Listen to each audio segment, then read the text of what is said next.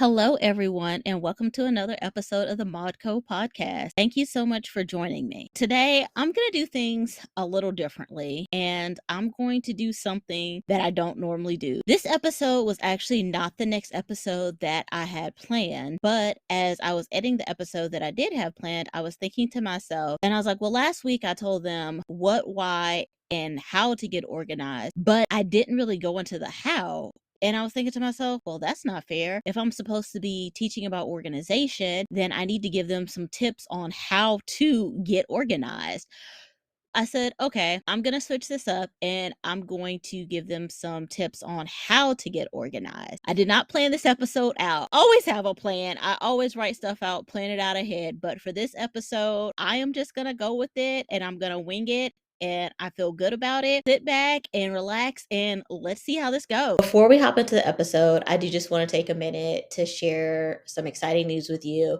On the last episode, you may have heard the promo for the Sisterhood Encouragement Conference, but what I did not mention is that I'm actually going to be a speaker at the conference. The conference is this Thursday, May 4th through Saturday, May 6th, and I'll be speaking about organization and mental health, and I'm just really excited about it. This is my first time speaking at a conference, so it should be super fun. Okay, I just wanted to share that with you all. We can go ahead and hop into the episode now. I created a 30-day organizing challenge and actually have two of them. One is for business and one is for personal. I'm just going to kind of mix the two up today. So some of the tips that I give you will be for business-wise, some will be for personal. Some of them you can use for both of them. The 30-day challenge that I have is actually a part of the organizing guide that I created that I put in last week's show note, but I'm going to separate the challenge from the actual workbook and I'm just going to make it a freebie, and so I'll put it in this week's show notes if you want to grab it after the episode to challenge yourself to try to get organized in 30 days. Okay, so as I said, this episode is just going to be some how to get organized. A few tips here. So one tip that I would like to say, and this can go for business or personal, and we talked about this in the first episode, I'm big on list. Make yourself a to-do list. Lists are so great for organizing because if you're like me and you're a visual person, then you can see that list. You can see, okay, I have not completed this yet. I need to complete this and I need to get it checked off. Make yourself a list. Also, get a planner. Organize your computer desktop. Organize in a way that you can find the files that you're looking for or that you need, that you can quickly get to stuff instead of just having stuff saved everywhere. And not only your desktop, but also your files. Put like files together, put templates together, put contracts together, put all that stuff together so that you're not searching for it constantly. Clean up your workspace. So not just your computer desktop, but also your workspace. Whether it's your home office, if you have a full home office, if you just work from the kitchen table, if you work from the spare bedroom, whatever your workspace is, organize your workspace and get your workspace cleaned up so that when you get in there, you can just start and you can go to work. Clean out your junk drawer. Yes, I know it's called a junk drawer for a reason, but at some point in time, we all know it gets really full and you're trying to open it and you got to kind of stick your hand in there a little bit to push the papers down just so that you can have enough room to open the drawer. If you're having to go through that, that means that it's time for you to clean out the junk drawer. Get rid of it. Create a drop zone in your house if you don't already have one. I know our house does not come with the drop zone. Really wish we had a drop zone, but we created our own drop zone. They have ones where you can go to Target or Walmart or Lowe's or something like that, and you can get the ones where it has the cubbies and the hook and all that, or you can just kind of create your own thing. I just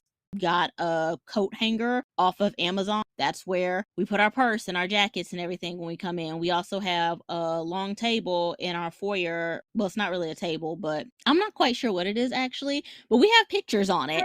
So we have a long table type thing, and on the top of it has pictures, but underneath is where we put our shoes at. We have, when we first walk into our house, we have a key hook where we hang our keys up so that we're not throwing them on the counter or we're not looking for them. So create your own drop zone. It doesn't have to be anything that's super expensive. You can use what you already maybe have in the house or not refurbish, but repurpose. That's the word I'm looking for. You can repurpose something that you already have that maybe you're not using organizing, and you can use that to create your drop zone. Put stuff back where it goes. If you remember from my last episode, the story about the Allegra, put stuff back where it goes. That's part of organizing. That's a quick and easy way to get organized, is just to get in the habit of putting stuff back. Clean out your refrigerator. Get rid of that mayo that's probably expired 3 years ago, or that mustard, or that seasoning that you bought because you got a new cookbook and you wanted to try this recipe and you haven't used the seasoning in 2 years. Yeah, I'm talking about myself here, but there's someone else out there that's done it as well. Put your important documents in a safe place. If you don't have a home safe, you really should have a home safe, a fireproof safe, your social security cards, your passport, birth certificates, marriage certificates, tax returns, any type of important documents that you may need for later, because if the time comes and you do need those items, you don't want to have to look for them and rummage around for them. So you need to put those documents in a safe place, preferably in a fireproof safe, but if not in a fireproof safe, in a place that you know where they are and in a place that they're not going to get moved from. Text messages and email, clean them up. If you have 100 text messages, unless you're in multiple text messaging groups, which is possible, and even then if you are in multiple text messaging groups, you are not going to go back and read all those. Just click the button, clear out the notification, and then just start another conversation in the group chat if you want to, or just wait until the next conversation comes through. So those are just a few of my tips on how to get organized, how to get started getting organized. And as I said, I will definitely link the freebies for the 30-day organization to the show notes of this email, so please check it out. I hope you enjoyed this episode, and thank you so much for just hanging with me and for letting me wing it today. Again, I'm not good at winging it, but I'm super proud of myself for saying, hey, I'm just gonna go for it and not overthinking. Thanks for listening to the Modco podcast. Make sure to rate and follow the show everywhere you listen to podcasts, including Spotify. Also, be sure to turn on your episode notification and auto download so you never miss an episode.